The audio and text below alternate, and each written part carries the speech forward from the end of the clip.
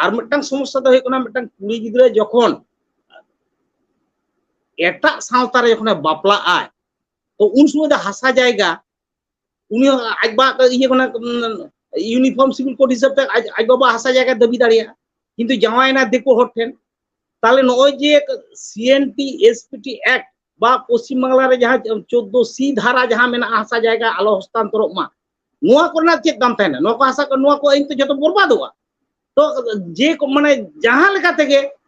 नाम का वास्ते देखो हर सांताल कुड़ी गिद्रे को बापला कोआ संपत्ति को हतावा ते आधान आधान दिन रे उन गजे चो ये कना सकाम ओड़े ना जहां का माने व्यवस्थापना कोड ना व्यवस्थापना को अडी आलादा गया भारत आईन को के उनका के नेलोक कना जे चेतान रे जहां लेका को लया मेनखान कमी रे तो उनका तो बांग हुई पुइलु सानाम को सागुन जोहार असवाइन सानाम को नापाय मेना बोना और तेहन बन गालमाराव लगे जहां तो यूनिफॉर्म सिविल कोड इदी कते जहां तो नित दो मेतेट के मिटन चर्चा ना साताम तैयार कना जहां इदी कते जमे जास्ती के चर्चा हुयुक कना एनका तेहन आपो साथे मेना किना बांगहाटी मिदिनपुर रेन ज पनत पारगना मन अर्जुन हेमब्रम गंके तकिन गंके नो चैनल रे सागुन राम ना साथे जोहार जोहार जोहार भारत जगत माझी पारगना महल पाटा खन एसएनबी लाइव आपे जहां टीवी चैनल नोरन सानाम कमिए को नेनेलिए को सानाम को के लासाढ़े जोहार बड़ा चेत को एकल गंके होय जहां लका नित यूनिफॉर्म सिविल कोड इदी कते दो मेतेट के चर्चा रखा बकना ओना साथे मिट जायगा रे नोंका हो नेलना जे भारत जगत माझी पारगना महल तरफ खन वेस्ट बेंगल रे मिटन विरोध हो नेलेना एनखान तेहन चेदा यूनिफॉर्म सिविल कोड इदी कते नोंगा विरोध को नेलोक कना एनखान चेदा पे विरोध एदा यूनिफॉर्म सिविल कोड नोआ नुकु जहां बिल को अगुईदा नोआ दो का पोयलो कथा बड़ाय दरकार कना चेक चेक चितारन को अरुफेरा को अगुईदा भारत वर्ष ना जहां आईन और आबो बार लेका ते बन लेखा दाड़िया मेटांग दो होय कना फौजदारी आईन और बेटा दो देवानी आईन तो फौजदारी आईन जहां को मेता क्रिमिनल लॉ जहां को मेता कना ओना दो जतो इंडियन पिनल कोड लेकाते जतो ओड़ा शास्ति को ना कते साबु शक्ति साबुत खन हपते जतो रकमा ओना मिट गया ओना दो कोया हर चेत हो लैतेना बनु मेनखान भारत वर्ष रे तीन हर मेना काट कोआ मनमी मेना काट कोआ उनकुआ ये दो सिविल कोड जहां को मेता कना ओना सिविल लॉ ओना दो किंतु जतो अडी हर ठेन अडी रकम मेना अंता को उनकुआ जेमन हिंदू को मना हिंदू मैरिज एक्ट मेना मुस्लिम पर्सनल लॉ मेना तो नोंका तके उनको सिविल रना जहां ये तको मामला मुकदमा को हपते नाना हुनर जहां संस्कृति ना जहां हापाटिंग को उनको उना दो आको उना पर्सनल लॉ लेका तके उनको कमी होरा दो चला तो आबो जहां आदिवासी को लेयो कना जहां शेड्यूल ट्राइब को लेखायत बोना आबो दो किंतु नोकान माने पर्सनल लॉ दो माने सरकार स्वीकृति पर्सनल लॉ दो बनु कना ऑल का तबन को खेरवाल पर्सनल लॉ मेनखान सरकार ठेन आंगो छचो ओना दो बांग होई केन आदो नितो आबो जहां देवानी मामला को जहां को कोर्ट कचेरी करे होयुआ उनवा दो झतो आबो नो जहां ट्रेडिशनल जहां लॉ मेना अंताबोना ट्रेडिशनल इंस्टीट्यूशन ना जहां लॉ कान ताबोना अब तो उनका लेका के विचार धारा दो होयुक ताबोना आदो नोआरे का जहां का सिविल ये जहां यूनिफॉर्म सिविल कोड जहां को अगुईदा नो दो चेक चेक को परिवर्तन को अगु लगी दो कना ओना दो होइकना बापला एवं साका मोड़े माने मैरिज एंड डाइवोर्स निये जिता रे हिजु कना आर मेटा हिजु कना सक्सेशन माने उत्तराधिकार मेटा होड़े गज गुड लेका आया जहां संपत्ति ओना ओका लेकाते आइडेन पोपोंगरा टेन चलाआ ओना ना आईन कानून ओना परिवर्तन को अगु लगी दो कना आर चेक को मेना एडॉप्शन जहां दत्तक को मेता बांग्लाते दत्तक जहां कोन गिद्रे पिद्रे बाको ताहेलेन खान नुकु कालकाते गिद्रे को एडॉप्शन दाड़े को दत्तक को हताव दाड़े को ओना आर जोदी साकाम ओड़े होयुआ ताले खोरपोस कालकाते ओको खोरपोस ओकोय एमा चेक लेकाते एमा नो नोआ कोना अदो जहां हिंदू माने मैरिज एक्ट मेना नुकु तो साफा साफी ऑल मेना आर ये कना मुसलमान जहां बन मेता कना तुरु जहां बन मेता कना नुकु हो आको पर्सनल लॉ अनुयायी तके नोआ को विचार दो होयुआ मेनखान आबो तो जहां विचार होयुआ ओना दो होय कना आबो जहां ट्रेडिशनल लॉ मेना नोआ धारा तके विचार दो होयुआ आदो नितो दो आबो झतो गे ना यूनिफॉर्म सिविल कोड ᱧᱩᱛᱩᱢ ᱛᱮ भारत वर्ष तीना जाति गोष्ठी मेना kat kuat kahen ko आदिवासी को हो मुस्लिम को हो एटा को हिंदू को हो निम्न हिंदू को हो वर्ण हिंदू को जान को हो झतो मिद धारा तक उनको को बिचार को खजक काना तो नय नोआ बिचार जहाटा आबो हिंदू लते जदि आबो को बिचार बोना ताहले खान दो आबो आदिवासी को जहां ट्रेडिशनल लते जहां बिचार होई कुआ नय नोआ ते दो आदो बांग होयुआ तो आदो झतो के हिंदू धारा ते जदि होयुक खान दो आबो अडी आमदा अडी किछु गेबोन आदा एवं आबो जहां निजेरा आइडेंटिटी मेना अंताबोना आबो उपरम आलादा उपरम जहां मेना अंताबोना नोआ को बोन आदा तो नोआ आलो आदो ताबोन मा नोआ खातिर के एखन विरोधिता दो होयुक काना गंके जहां लका बन मेन केदा हा जे नोआ को आदो कान ताबोना जहां आबो कल्चर से आबोना आरि चाली नोआ खातिर के विरोध हुई कना एखान नित धाबि तो आरि बुटा जे नोआ रे ड्राफ्ट चेत हुईवा चेत बदलक काना नोंका मा आंजमो कान गे हा आरि किछु बदलवा मेनखान चेत बदलवा नोंका जहां ड्राफ्ट नित धाबि बांग तैयार काना एनखान ड्राफ्ट बांग तैयार काते चिका लकाते नोआ रे पे विरोध एदा प्राइमरी जहां उनको ड्राफ्ट को बनाव कदा जहां लॉ कमीशन जहां ये ड्राफ्ट मिटन को आड़ा कदा मिटन प्रिलिमिनरी जहां ड्राफ्ट को आड़ा कदा उनको उनारे परिष्कार को ऑल कदा मैरिज एंड डाइवोर्स सक्सेशन तारपर कना एडॉप्शन एवं मेंटेनेंस ने निये चितारे उनको परिवर्तन को खोजक कना तो मैरिज अब जहां मैरिज ना सिस्टम तो नोआ और हिंदू को जहां मैरिज ना सिस्टम उना बांग मिट लेकान तबोना से मुस्लिम को जहां पर्सनल लॉ में तकवा उनको बांग मिट तकवा तो साकाम ओड़े अब जहां साकाम ओड़े नियम और हिंदू को जहां ये कना डाइवोर्स माने कोर्ट ना जहां डाइवोर्स उना बांग मिटा सक्सेशन जहां को मेता उत्तराधिकार नोआ बांग मिटा तो और जहां एडॉप्शन से मेंटेनेंस जहां को लैदा नोआ को आबो लेका मेना आदो नितो तो बांग हेज अकान रहो सिविल चितान रे जखन को सिविल कोड के जो यूनिफॉर्म लगिदो कना ताले बुझो जामु कना ओना मिट के को अगुया एवं ओंडे को ट्रेस काते को लई कदा ओंडे ये कना को जे मुसलमान को माने मुस्लिम को जहां ये मेना उनको तो चिता ओना के को आघात लगिदो कना माने उनको ओना को साहबनो मामला ना कथा लई काते उनको को लेदा बांग नोआ दो परिवर्तन दरकार कना एवं परिवर्तन से अरुफेरा जहां को खोजक कना नोआ दो जहां उनको को ट्रेस कना ओना दो हेकना हिंदू मैरिज एक्ट लेका तेगे एवं ओना ना अनुसारी लेका तेगे उनको ओना परिवर्तन को खोजक कना तो नितो हो पूरा पूरी ड्राफ्ट बांग हेज अकान रेहो मेनखान नोआ को विषय चितान जखन परिवर्तन को अगुया ताले खान आबुआ जहां का स्पेशलिटी मेना से कटी आलादा रकम जहां मेना ताबोना नोआ जतो आदो ताबोना एवं नोआटा आय उमन का तेगे विरोध होय कना ओना साथे गंके जहां लका दो हा बिन मेन कदा नोआ को आयुमान कते विरोध हुई कना ओना साथे नोडे हो नोआ हतो को मेना कदा जे नोआ दो सुदु भारत रेन सिटीजन को खातिर तेगे लागुआ एनखान आबो मातो से आदिवासी को मा सिटीजन बांग कना को आदिवासी को मा को मालिक कना जे आदिवासी चिता रे ताहले लागुआ से मालिक चिता रे नोआ लागुआ मेटा जिनिस उयहर बन दोहय मा मुस्लिम पर्सनल लॉ उनको दो किंतु ऑल बेल काते मेना माने आईन कानून लेकाते लिपिबद्ध मेना मेनखान आबो भारत वर्ष तीना आदिवासी मेना काट को ओकोया हो नोआ ट्रेडिशनल लॉ जहां को बिहा बापला करे जहां को ये या नय नेमाचार को कमिया आबो नॉन जुडिशियल लॉ ऑल बन तो नितो माने चिनले एमनी साधारण भावते जखन आबो बन नेला यूनिफॉर्म सिविल कोड रे जहां परिवर्तन को अगुया मेनते को लेइदा एवं जहां का परिवर्तन को अगुया को लेइदा ओनाते दो कोय बेजार ना से अड़िस ना कथा दो बांग कना मेनखान भारत वर्ष ना आईन को गे नुका गे नेलोक कना जे चेतान रे जहां लका को लैया मेनखान कमी रे दो उनका दो बांग हुई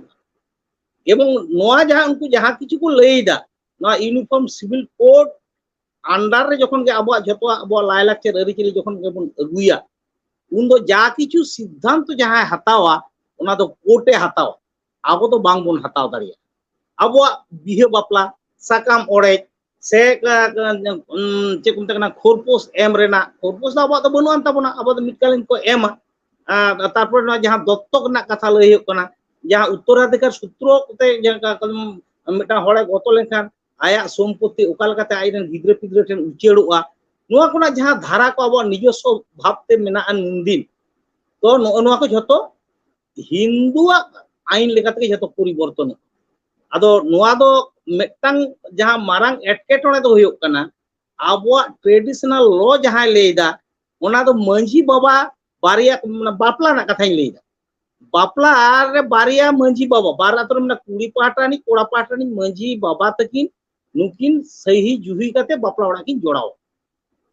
to manji baba takina noa social kami re jemon iye mena antakina dai ebong daitto mena antakina nongka ge nukin jokhan bakin sapanja bakin songsar daria to baria manji baba durup kate sakam orek talate ona unkin nispoti kate unkin baria jaha jorao len jaha gharon onakin unkin alada daria to noy jokhon abo bon na kon separation se sakam orek jaha katha bon leida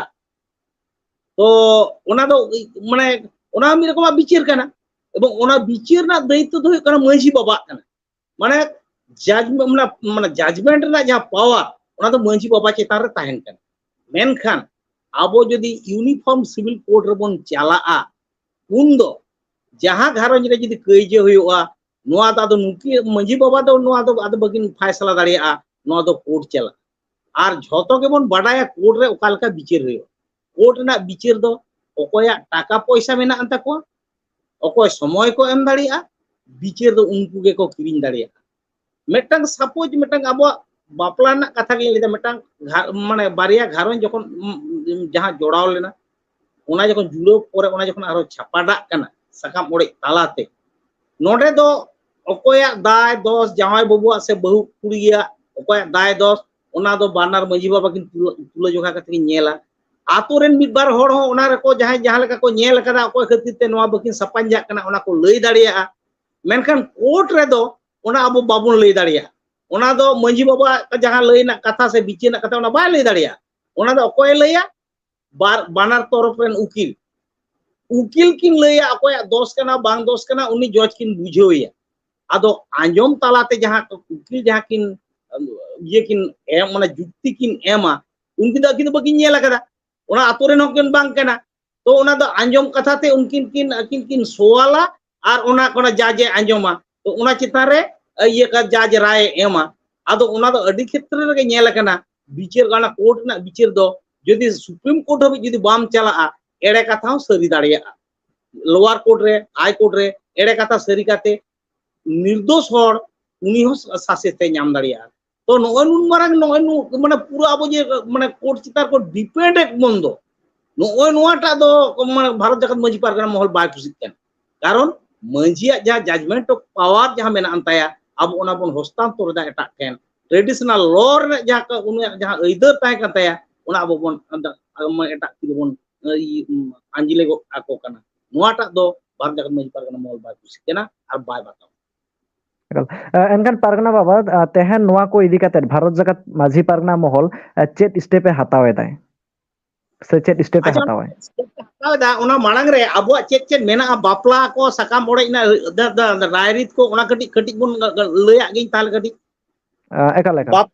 लिखिदा जे बारिया मंजी बाबा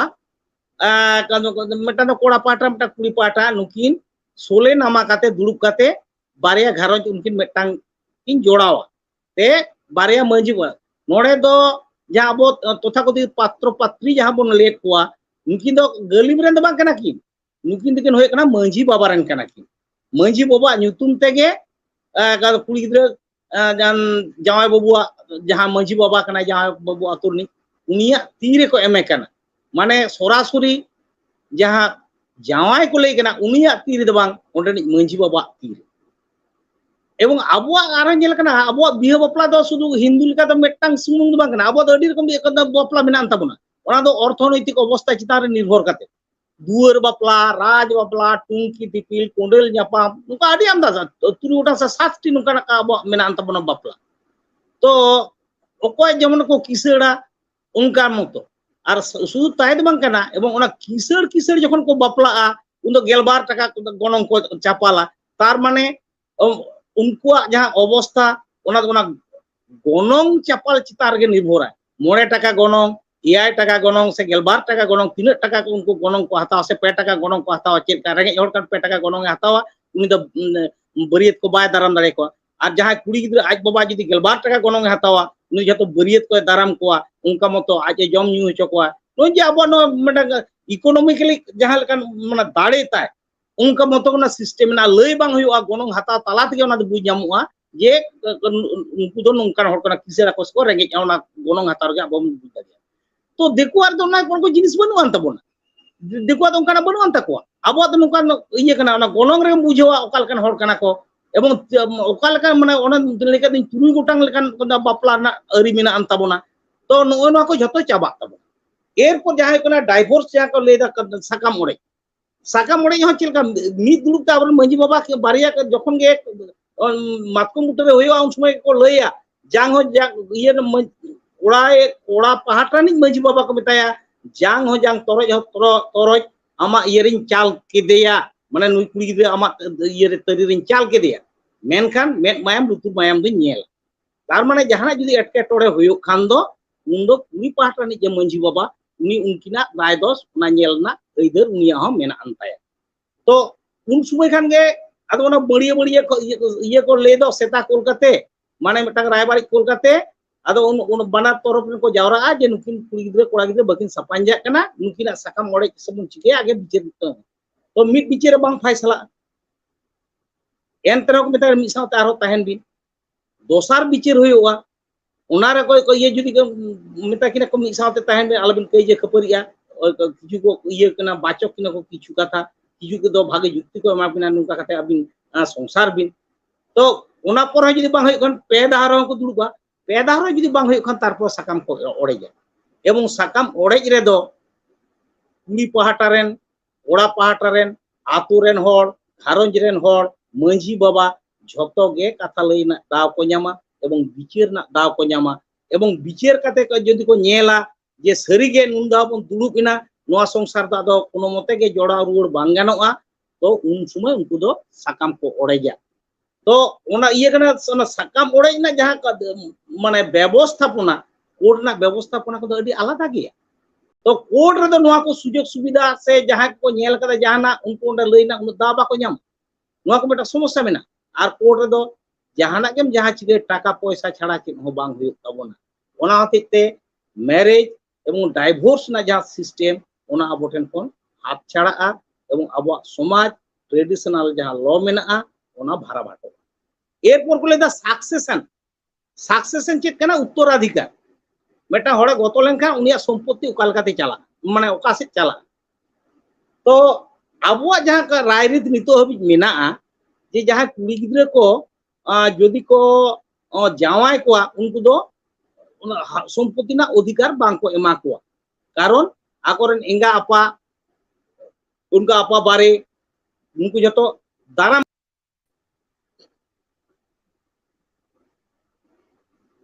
माने दो हुयो कना जे कुड़ी गिद्रे जहाना माने हासा जायगा ना सम्पत्ति बाको एमाय कान रेहो नुई जेहेतु नोडे माने बारेते ताको उनी जतो रे चेक मता कना विभिन्न रकम बिहा बापला चेक बाहा मा मोड़े बुंगा बुरु जहाना रे उनको को तलासिया दारामिया को जहां बो रायरीत मिना उनका लेकाते ओना हतिते उनी दो नोडे दो बाय न्याम आर मिटे जतो कोन जहां अबो बाबन बुझेवा आबो हासा जायगा दो ओना दो किंतु मायाम साव सम्पर्कित मेना आबो जहां भीतर ना हासा ओना दो किंतु ओकोय माने आबो जहां परिस ना भीतर कना ओना ना बाहर बाको चलाव होचोआ ओना आबो सेदाय हपराम को नियम कना एमन चेत आतोर ना जहां हासा जायगा ओना हो बुंगा बुरु तलाते ओना को इये तला कदा तो मिटा ऑक्तो ताय कना आबो हासा जायगा तो बांग अक्रिन को नितो अब बिचार धाराते होयतो नेलोक काना परिवर्तन ना हासा जायगा अक्रिनोक कान ताबो मेनखान हासा जायगा तो बांग अक्रिन को नितो जदि हासा जायगा अक्रिन ना प्रश्न जखन हिजुआ उन दो किंतु कुड़ी गिद्रे बाखरा को न्यामा बाखान दो बांग को न्यामा किंतु सक्सेशन एक्ट जहां लेइदा जे जहां मालिक से गली में गतो लेनखान उनी रेन तीन कोड़ा गिद्रे कुड़ी गिद्रे सानाम को गे समान गे अइदर को न्यामा तो नोआ ना मिटांग एटकेटोड़े तो नोआ हुई दाड़िया जे आबो हो जोदी इये को बाबन एमा कोआ जतो के कोर्ट आबो बिचे दो कोर्ट कचहरी रे चला आर मिटटा कथा दो हुयुग कना जतो को शिक्षितो ताबुना ततो के ऐदर ना रपाचा जहां सोनमुती ना कथा जहां संपर्क माने भागे गुड रिलेशन जहां को मेता ओना को बांग काते सुदु सम्पत्ति खातिर के आबो मध्य रे रापाचा गे हिजुआ जहांटा दो अल्टीमेटली आबो घारोंज ना से आबो सोसाइटी ना समाज ना ओनाटा खुती दाड़िया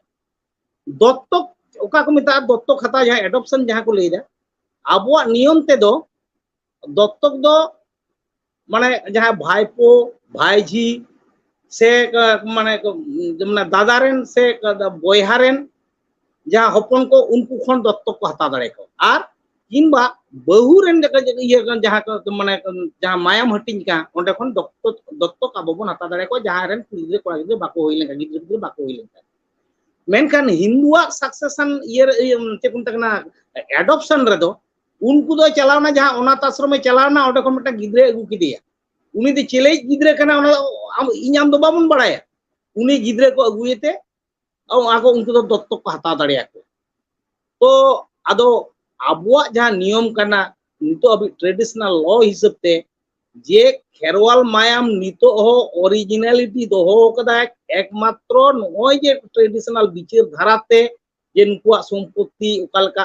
ओकोठेन चला चेलका करन दत्तक को हता को से बाको हता को नय जे मटा बिचार व्यवस्था ओना ताला तेगे नोआ को जतो कमी होरा चला कान होतेज तेगे आबुआ मायाम रे दो भेजाल को मिटांग दो बांग होई केना एवं माने ब्लड प्योरिटी जहां को मेता कना ओना दो ओना आबुआ ये समाज व्यवस्था ताला तेगे ओना दो आर खोरपोस जहां को मेता कना मेंटेनेंस ओना दो नेल आको जे चेक खातिर ते उनकिन बकिन सपांजा दाड़िया कना ओकोया दोष कना जोदी कुड़ी गिद्रे के जोदी जामा ओड़ा रे बाय ताहेना अरे कोर्ट केस ते का चेक उनतकना कॉम्पेंसेशन खोजो आय मेंटेनेंस खोजो आय नोटा तो अजौतिक जिनिस कना आबो क्षेत्र दो बिचार कथा बो नेल दाड़ेया जे बहु कुड़िया दोष कान ताया से कोड़ा गिद्रा दोष कान ताया जोदी कोड़ा गिद्रा दोष कान ताय खान उनी जदी बहु कुड़ी गिद्रा सासेति कान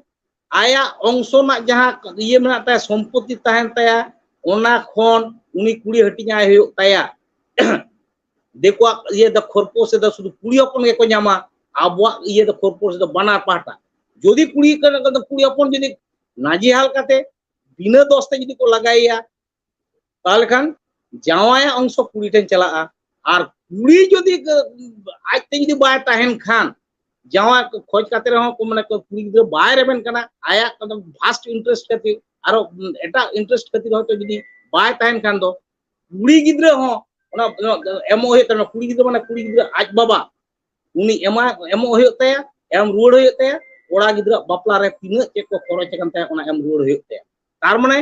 खोरपोस जहां को मेता कना मेंटेनेंस जहां को मेता कना आबो दो मिद तरफा देखो दो मिद तरफा कान तकुआ आबो किन दो मिद तरफा दो बांग कना आबो दो बना धार के बिचार कते ओना दो नेला तो नय जे नुन मारांग सुलुक सगई नय नोआ को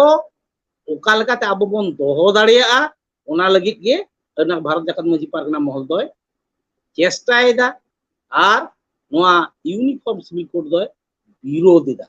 आदो नितो आम जहां कुकली आम दोहे ताबोना चेक को चिकईदा पश्चिम बांगला रे भारत जाकत मांझी पारगना दो देला तेगे बेटा United forum of all Adivasi organisations Meta forum बनाव कना ओडे प्राय 44 टी गण संगठन मेना काट को नुकु तालाते गोटा होई कना 14 तारीख हबी ताहे कना नितो दो आरो 28 तारीख कदा आ इये कना नोआ विभिन्न संगठन खन एवं जॉइंट फोरम खन नुकु लॉ कमीशन सेंट्रल रे जहां लॉ कमीशन जहां को खजो कना नोआ अरु फेराव ना जहां को डिमांड दा ओडे कोल होई कना प्रधानमंत्री ठेन कोल होई कना तारपरे राष्ट्रपति ठेन कोल होई कना ओडे मुख्यमंत्री ठेन राज्यपाल ठेन तारपर एससी एसटी कमीशन ठेन तारपरे नय जे विभिन्न आदिवासी रिलेटेड जहां संगठन को मेना ओना जायगा रे मेल काते जहां विरोध ना कथा चिदा विरोध होय कना ओना को एक्सप्लेनेशन व्याख्या को एम काते नोआ को चिठी चपाटी दो कोल होई कना एरपर नेल होय कना जे ডিএম তালাতে ডিএম মিড সাথে গোটা পশ্চিম বাংলারে মিড জুগুতে ডিএম ঠেন ডেপুটেশন এম কাতে মেমোরেন্ডাম এমো হইবা ইনাতে যদি বাং কামি বাং হইও খান দো আর গোটা হই কেনা সেপ্টেম্বর না 14 তারিখ নয় সামাং রে দাঁড়ায় কান সেপ্টেম্বর না 14 তারিখ কলকাতারে ঝমেলায় তালাতে মেটাং তাড়ে উদুগ তালাতে নোয়া বিরোধ হইবা নোয়া পরে হন যদি বাং হইও খান দো সারা ভারত বর্ষ তিना आदिवासी को मेना गट कोआ जेमन आदिवासी समन्वय मंच मेनते जहां का मेना आदि आमदा संगठनते नय नोकन जतो तिना आदिवासी संगठन मेना गट कोआ जतो को जुमित काते ओटा भारत बर्ष रे लगती लेखान बंद हड़ताल अवरोध नोआ को दो एकाल गंके एनखान नोआ रे जहां सोलेर हेना डहार दो तलाते गे हा बड़ाय होचो हुयुआ बंद भारत देखा मजी पारगना महल भारत बर्ष ना मिटांग दायित्वशील संगठन कना जखन तखन बंद उनी दो बाय होया पहलो दो चिठी चापाटी तालाते मेमोरेंडम तालाते सरकार जहां मे लुतुर मेना नोडे बीडीओ डीएम एसपी नोआ नुकु ठेन मेमोरेंडम को एम चापा चाल तालाते मंडा रेगे राबंग बरना कथा दबीरना कथा बडाय होय मेनखान सरकार जखन बाय आंजोमा जखन सरकार जखन आदिवासी स्वार्थ जखन विघ्नित लगिदोआ उन दो दोसार हर तो चेक कना सरकार यदि जोर प्रयोग करते के यदि उना इम्प्लीमेंटेशन रे आदिवासी जे कोनो स्वार्थ शुधु नोआ यूसीसी ना कथा दो बांग कना जहां लेकना गे आदिवासी विरुद्ध रे जहां का कानून यदि तैयारा जखन माने आवेदन निवेदन कथा जखन उनी जखन बाय बाता लगिदोआ तो भारत का मजी पार्क ना मोल उनका के स्ट्रेटजी आता नियो को मैदान रे आरगु कते के लड़ाई उना छेड़ा दूसरा हर के चेक ना काले एनखान गंके नोआ जहां यूनिफॉर्म सिविल कोड इदी कते मुचाद रे दिसुआ को ना साथे नेनेलिया बोया मिसी को चेट मैसेज बिन मा को मुचाद रे मेटांगे मैसेज एमा को कना आपे नो टीवी चैनल तालाते भारत वर्ष रे तीना आईन हेज एकना चेतान चेतान दो अडी चौरक गे नेलोआ मेनखान जखन गे को इम्प्लीमेंटेशन नो आसाम रे कोनो को चेक मता कना नागरिकत्व आईन जखन को प्रयोग ताहे ओनार को ओंडे उन समय को लेला जे बांग्लादेश खन दमे तुरुक को हिजुकानते आसाम रे को बोलन कना तो नुकु विदेशी को लगा लगित गे नो नागरिकत्व आईन ओंडे प्रयोग होय तो ओंडे नेल जब नागरिकत्व को माने आईन जखन को प्रयोग ताहे ओंडे चिकैना मुस्लिम दो मात्र 9 लाख को ताहे कना आर ओंडे दो 14 लाख लेका लातार गाताक रेन हिंदू तार मध्य अब आदिवासी रेन हड़ को ताहे कना नितो तो लेदा तो गोटा अब ना झारखंड उड़ीसा बा बेंगल रे जदी नका नागरिकत्व आईन जदी को प्रयोगा ये भागे ठिकिन बडाया आबरेन होड़ा तो हाना दादू अमर रे तिसो हासा जायगा ताहे कान तकवा नितो हो ओना बीएलआर लेवल रे बाको ठीक ठाक का तकवा जखन के आगो नागरिकत्व ना जहां प्रमाण जखन बन लेया अडी होड़ा के नितो हासा जायगा हम बन अन तकवा त चेता दो प्रमाण तो अन्यमवा जे विदेशी लगा लगी मेनखान विदेशी बाछाव लगी जहां कर्म पद्धति ओंडे अब जतो बन हाड़ा गोआ ओना ते इन्या जतो ठेन लई आईन दो चक चक नेलो कान रे हो नोआ दो भागे ठीक पोला नोला काते नेल तावन पे एवं जहां को अबरेन मुखिया को जहां मेना को लौड़िया को जहां को मेना को नुकु को गोटा कदा जे यूसीसी जहां आईन को अगुइदा नोते दो अब ट्रेडिशनल लॉ साव सावते हासा जायगा ना जहां हस्तांतर इना नना को बापला ना कथा लई लेते इना हिडिन लेत गिया जे कुड़ी गिद्रा हासा बाको एमा को ओना लई कदा तो आर मिटंग समस्या दो हेकना मिटंग कुड़ी गिद्रा जखन एटा सावता रे जखन बापला आय तो उन समय दा हासा जायगा उनी आज बा इये कोना यूनिफॉर्म सिविल कोड हिसाब ते आज बाबा हासा जायगा दाबी दाड़िया किंतु जावायना देखो हर ठेन ताले नय जे सीएनटी एसपीटी एक्ट बा पश्चिम बांगला रे जहां 14 सी धारा जहां मेना हासा जायगा आलो हस्तांतरक मा नोआ कोना चेक दाम थायना नो को हासा को नोआ को इन तो जतो बर्बादोआ तो जे को माने जहां लेका तेगे नाम का वास्ते देखो हर सांतार कुड़ी गिद्रे को बापला कोआ संपत्ति को हतावा ते आधान दिन रे इन दो गजे चो चिके चे तार जहां झारखंड रे नेलो कना जहां करे कोयला खुनी को मेना जहाँ हसा जायगा को इंडस्ट्रियल बेल्ट को नेलोक कना ओंडे को तुरुक को खन एप विभिन्न जाति आबर नुकु आदिवासी होर कुड़ी हपन जहाँ को बपलायत कोते उनको हसा को हतावेदा और आधा दिन रे उनको कुड़ी हपन दो जहाँ लगा तक को गुजुक कना नोआ नेलोगोग कना तो नोय जे हसा आलो हस्तांतरो मा सीएनटी एसपीटी एक्ट नोआटा जदि ना यूनिफॉर्म सिविल कोड जदि चला नोआ दो एटा दुवर ते माने जहाँ को मेता कुडम सेते सोजे दुवर ते बांग काते कुडम सेते आदिवासी हसा जायगा जतो एटा जतिया तीरे का चला तो नोंकना जहाँ आइन को सरकार अगु लगिदो कना एवं आबो इये कना आर नोडे आरिन जुटी जाकना मुचे रे जे आबो जहाँ शिड्यूल ट्राइब को मेताबोन आबो तो आदिवासी शिड्यूल ट्राइब आबो चिदा ट्राइब को मेताबोन चेक खातिर ते शिड्यूल ट्राइब को मेताबोन आबो तो माने डिस्टिंक्टिव कल्चर मेना अंताबोन आबो निजस्व जहाँ बिचार आचार को एहब काते राय रीत अरिचली नोआ मेना का तबोन जहाँ दो एटा हर साबांग मिसा तबोन अब प्रिमिटिव ट्रेड मेटा अब गठन चेहरा मेटा आलादा मेना अंताबोना जहाँ दो एटा खन और कॉन्टैक्ट ऑफ साइनेज माने देखो को साव जहाँ ताहे को साव हुड में तो बाबन मेसा दाड़े मेटा लाजाव लाजाव भाव ताहेन तबोना आ जियोग्राफिकल आइसोलेशन मेनते माटा अब दो बीर बुरु करे बन ताहेना शहर बाजार जहाँ को मेटा कोच कॉन्टैक्ट तथाकथित सभ्य जाति को कटी सहारा बन ताहेना